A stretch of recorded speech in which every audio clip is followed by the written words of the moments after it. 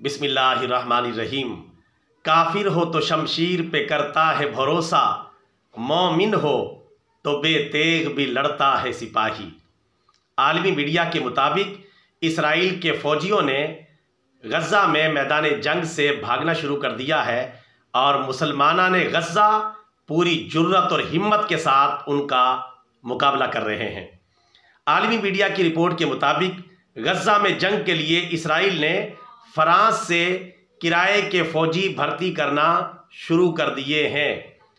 हस्बानवी अखबार का यह भी दावा है कि गज़ा में सहूनी फौजी जंग छोड़कर भागने लगे हैं, जिसके बाद अपने फौजियों की जानें बचाने के लिए इसराइल ने किराए के फौजी भर्ती करना शुरू कर दिए हैं, क्योंकि वो मुजाहिदीन इस्लाम का मुकाबला करने से डरते हैं और खौफजदा रहते हैं और मैदान जंग से भाग जाते हैं।